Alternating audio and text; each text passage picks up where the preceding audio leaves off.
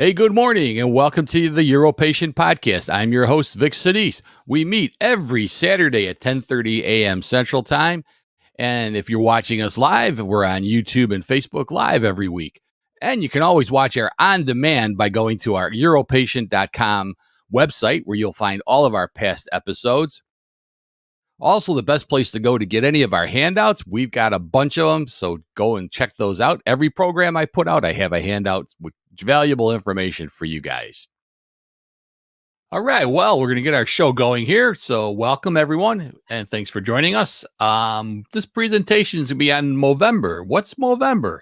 Well, Movember. Today, we'll dive into the significance of Movember and raising the awareness about men's health issues, including prostate cancer, prostate obstruction, and recommends screening test.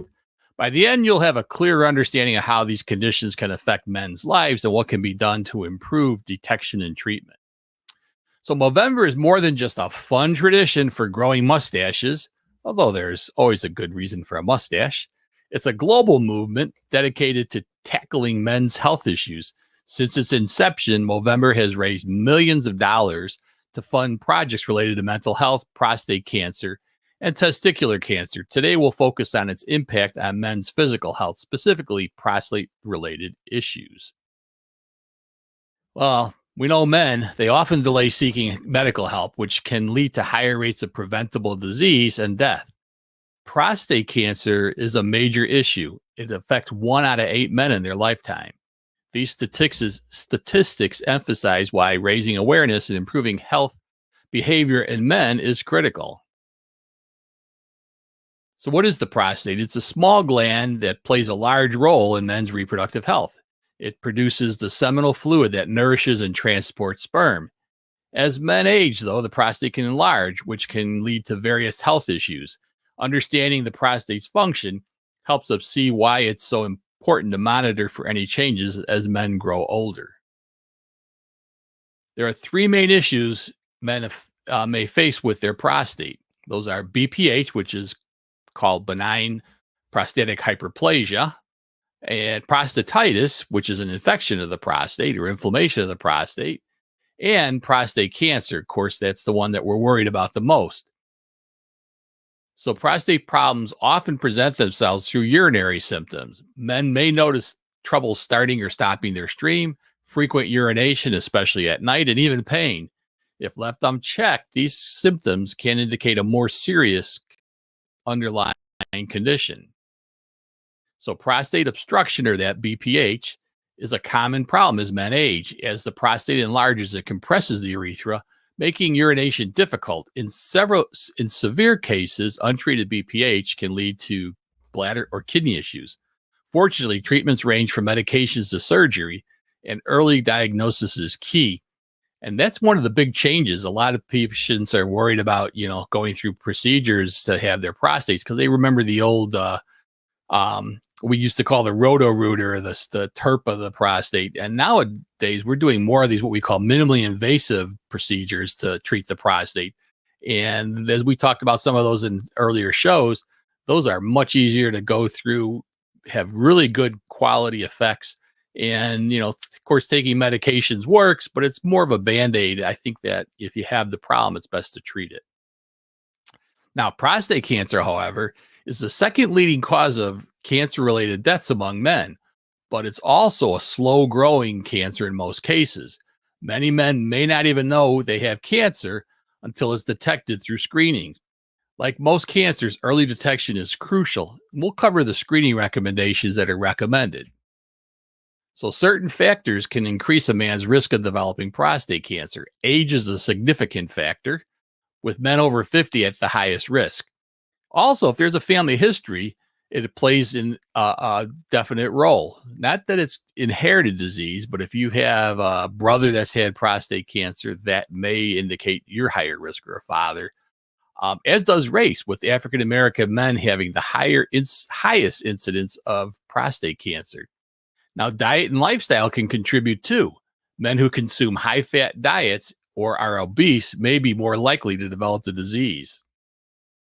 There are 2 main screening tests for prostate cancer: the digital rectal exam and the prostate-specific antigen test, the blood test. It's recommended that men begin discussing these screening options with their healthcare providers around the age of 50 or earlier, again, if they have any of those risks. Now, the PSA is a simple blood test. It's used to measure the level of prostate specific antigen in a man's blood. Elevated levels of PSA can be a sign of prostate cancer, but they can also indicate other conditions such as enlarged prostates or infections of the prostate. So, this test is one of the most important tools for early detections for prostate cancer. And combined with other exams, it helps doctors make informed decisions about further testing or treatment. Now, one of the things that's really changed in my career, and I've known PSA since it first came out, is typically if you had an elevated PSA, you were coming in and having a prostate biopsy done. And we don't no longer do that on a single PSA. We're going to always order a second PSA. You should always have a repeat blood test to be sure, kind of screen for some of those other factors.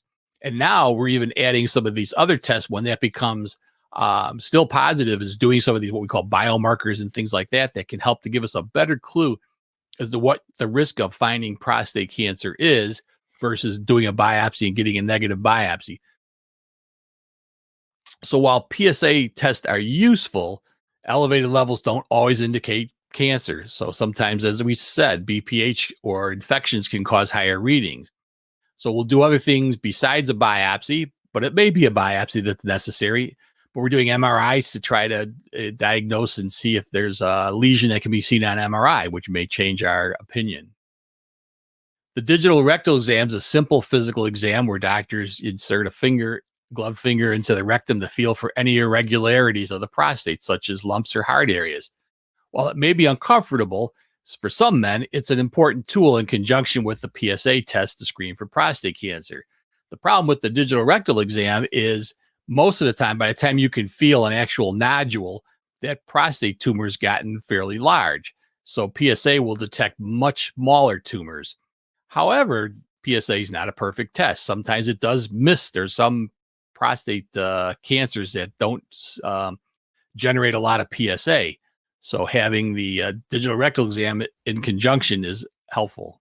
I can tell you that there has been a bit of a movement away from using the digital rectal exam because of this increased sensitivity of all these other tests, but still small, quick exam worth doing.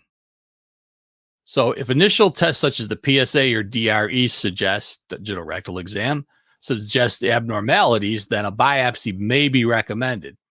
A biopsy just involves removing small tissue samples. And when I say so small, these are the size of a thread.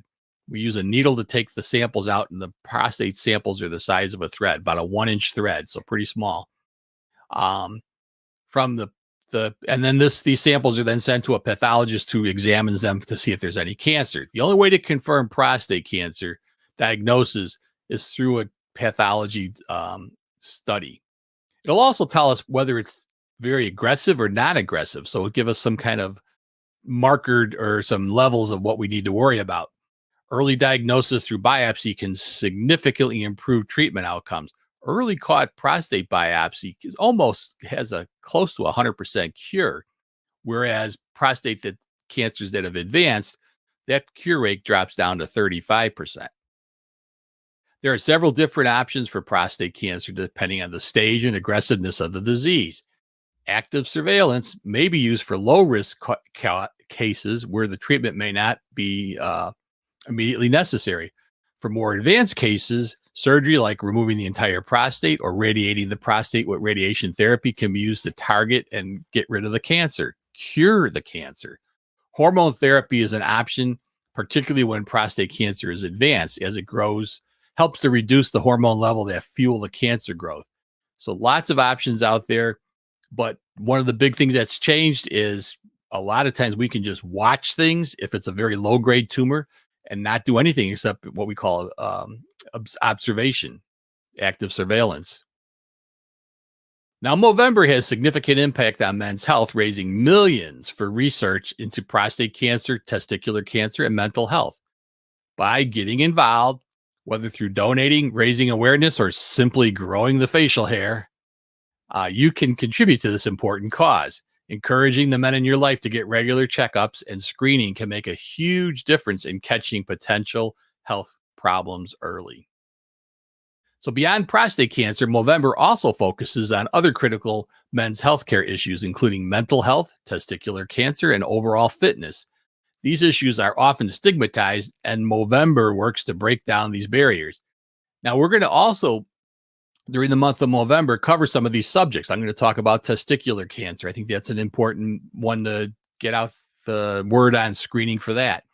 Um, Lifestyle and fitness, that's something we often overlook. The simplest thing that you can do, it can prevent heart attack, stroke, and almost all cancers by improving our lifestyle. And I got to tell you, most of us are not living the best lifestyles for what we should be doing. So I'm going to go over some really simple things I think you can do to improve your health. We'll have a talk on that. So unfortunately, mental health is not one of the fields that I'm qualified to talk about, so I'm not going to be discussing that, but know there are professionals out there if you need to talk to them about any kind of mental health disease. It's going around. So you can get involved. There are many ways to get involved with Movember. Again, just start by growing that facial hair to spark conversations. Nothing gets somebody talking about like when you come in, you're looking a little scruffy and they say, "What's going on with that?" And you tell them, "Hey, I'm supporting the Men's Health Initiative." You can start by growing that mustache to spark conversations, donate or fundraise for the cause, and most importantly, encourage the men in your life to prioritize their health by getting regular checkups and screenings. So I hope you found that really helpful. And like I said, we're going to spend Movember discussing men's health. So enjoy that. Last month, I know we did prostate because it was prostate cancer awareness. So we really focused on that.